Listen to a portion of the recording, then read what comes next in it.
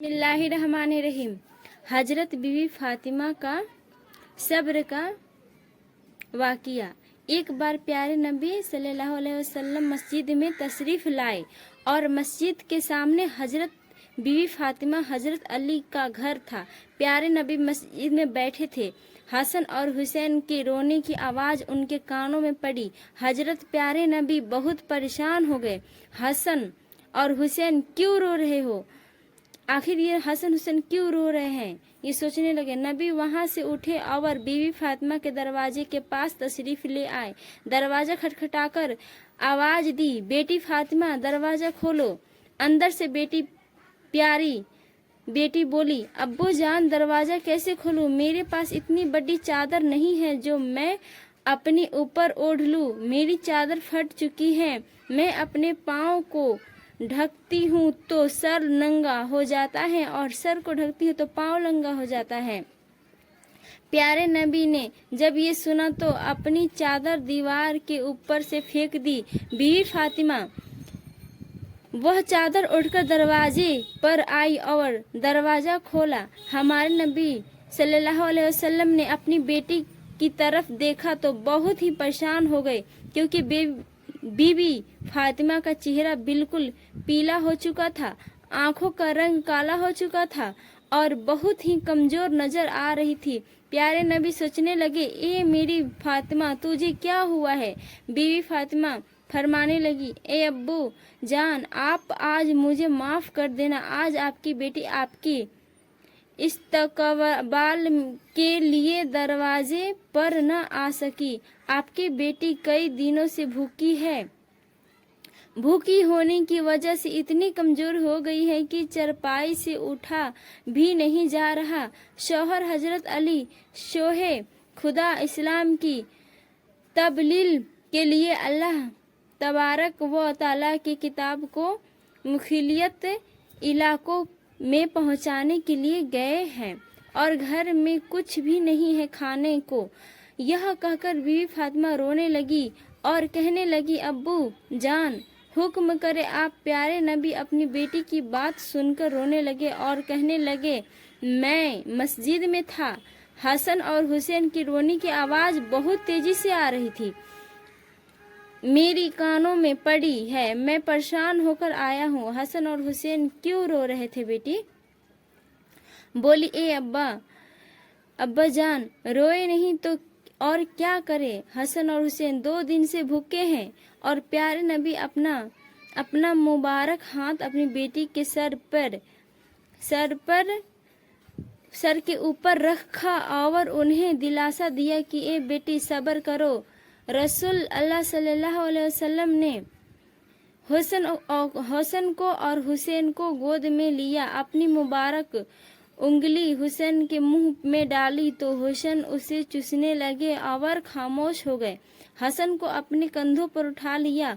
हसन भी भूख आराम पाया। इस तरह 2 नन्हे शहजादे आराम में आ गए। इतने मस्जिद में अजान की आवाज गूंजने लगी। बीवी फातिमा नमाज बिछाई और नमाज पढ़ने लगी। खड़ी हो गई नमाज पढ़ने के लिए।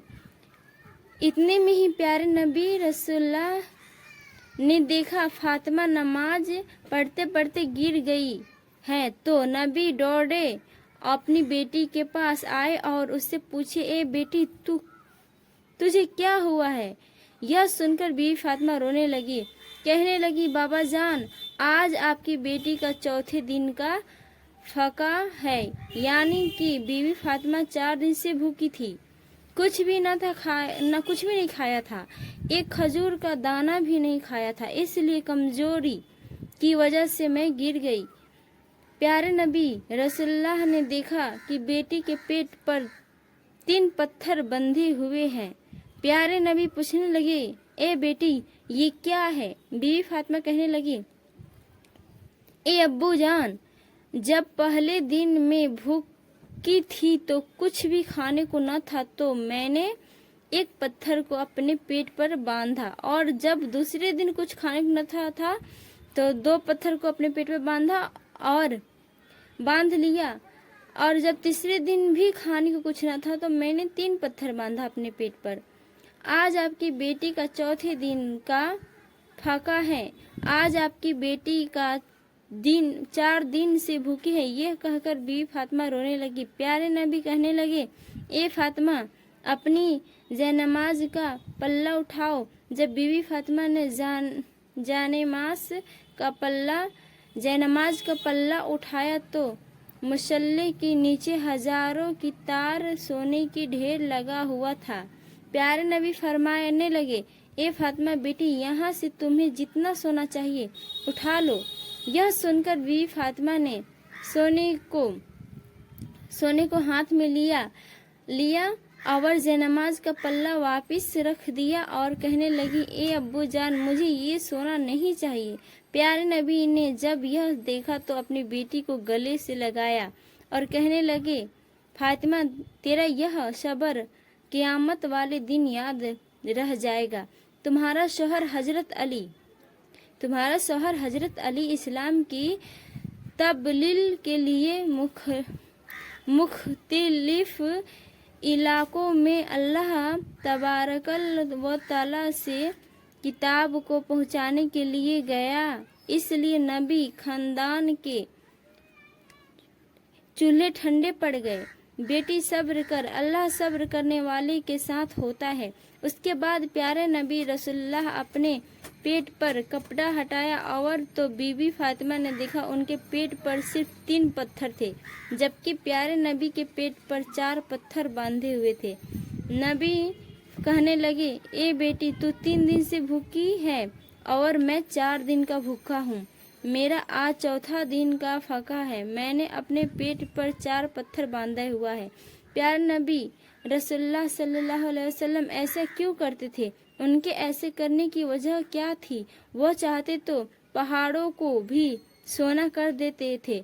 भूखे क्यों रहते थे? तो फिर क्योंकि इनकी उम्मत गरीबी की वजह से अपने ईमान का सौदा ना करे। उसकी उम्मत यह ना कहे कि हमारे नबी शोनो शौकत की जिंदगी गुजारी है और हम गुर्बत